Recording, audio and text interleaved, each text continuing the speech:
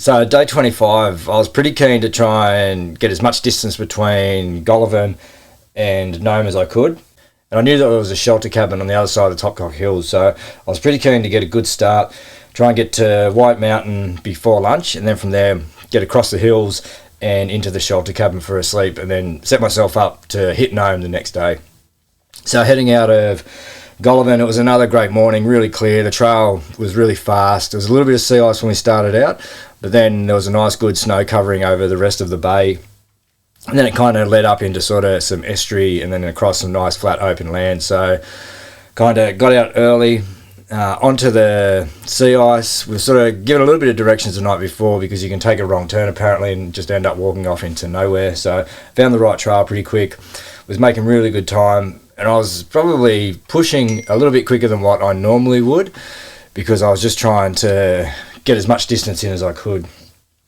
So kind of got up onto the land after a good time, sort of followed the river around and then came around a bend and seen the little village of White Mountain. So White Mountain is the last village before you sort of have to cover the 60 odd miles to Nome from there. So, and it's quite exposed and there's a few areas where you can get into a lot of trouble with high winds. So this is kind of the last real rest point before you make the decision to go on, because from here the mountains and hills are really exposed, and then down the other side into the river system you can get really windy, and a lot of mushers have been caught out going across the hills and had to withdraw just because of the really high amount or the large amount of wind, just because of the high winds that have been in the area. So thankfully we'd sort of picked a good time and the weather was being favourable to us, and we had I was in a pretty good position to try and get this done. So I got into White Mountain, and there was a small homestead there which one of the local villagers has, and she kind of lets us make full use of the home as much as we want. So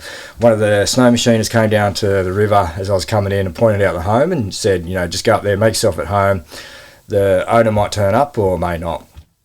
So I went up, sort of went in, there was no one there, kind of just had a little bit of food to eat out of my thing, and shortly after the homeowner turned up.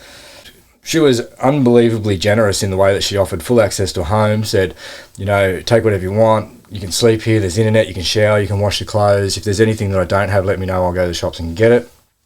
But she just had to go back to work, and I sort of suggested that I'd spend about an hour, refeed, get some water, and then I'd be on my way. So I kind of had a decent lunch there, restocked some food, but I sort of deliberately only packed enough for a day and a half or 2 days. So I'd kind of put myself in a position where I had no choice but to get to Nome. So from there, kind of made sure I was ready, stepped off, and I started off towards the Topcock Hills. So as I left the village, one of the village hunters came up and sort of asked me if I had a gun, which I replied no, I didn't. And then he sort of indicated that the bears were starting to come out early and it was probably best if I did have a gun. I wasn't overly keen on hearing that, and he said if you stay in the low ground and avoid the hills, then you're probably going to be fine. I was pretty much restricted to wherever the trail went, and at that stage I had no idea where it was, but I was happy on the river. I sort of came off the river, went through a little bit of a wooded area, and I thought, I hope this doesn't go into the wooded hills, but it stayed into the sort of flat ground or into a large valley, and it was really open and sparse, so there was no issues there. And then from there it went into the hills, which I'd sort of thought from my GPS that wouldn't be too bad, but turns out that there's a lot of undulating hills in there which sit just below the contour intervals that my GPS had. So it was actually a lot of climbing, a lot of descents. Thankfully, the trail was really good, really hard, really frozen, and I was making excellent time. So I was moving quite fast through there. And I felt really good. A lot of my pain has subsided. I felt really good, and I thought I was making really good time. And then sort of going through there, and the wind kept down. So it was sort of later in the afternoon, I sort of came across the final peak, got over that, a little bit of wind, but not too bad, and then it was a bit of a sled ride down the other side, or a polk ride down the other side. I was a little bit cautious going down because I just didn't want to be ejected from the hill off across the frozen sea ice and then just get stuck out there, or have some crack ice and have to try and solve that problem. So from there it was into the cabin, and I got into the cabin probably around about 8 o'clock, or as the sun's going down, and it kind of sets around 9 o'clock.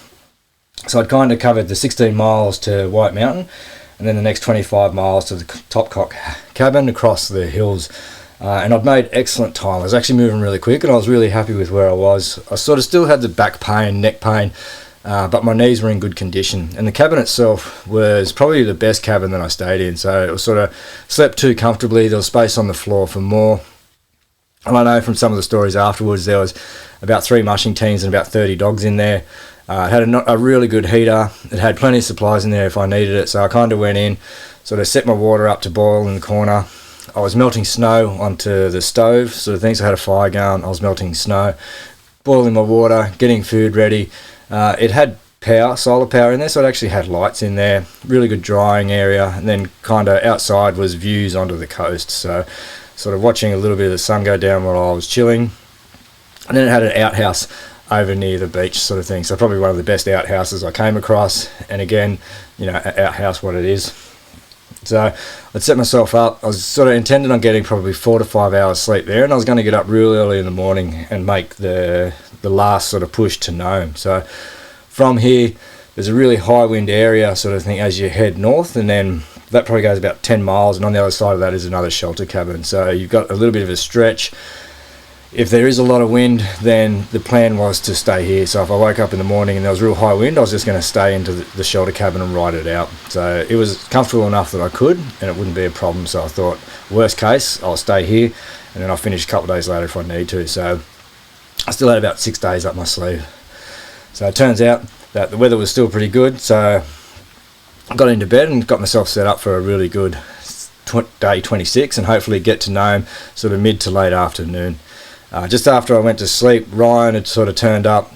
He'd taken a little bit longer at White Mountain to sort of set himself up, and then again he'd made really good time across the hills and turned up in the cabin. So I helped him sort of sort out some food, boil it or get some more water ready, prep his kit, and then we sort of got down for some sleep with the intent of getting up around 5 or 6 o'clock and getting going before the sun came up. So at this stage, I was super confident that I was going to finish.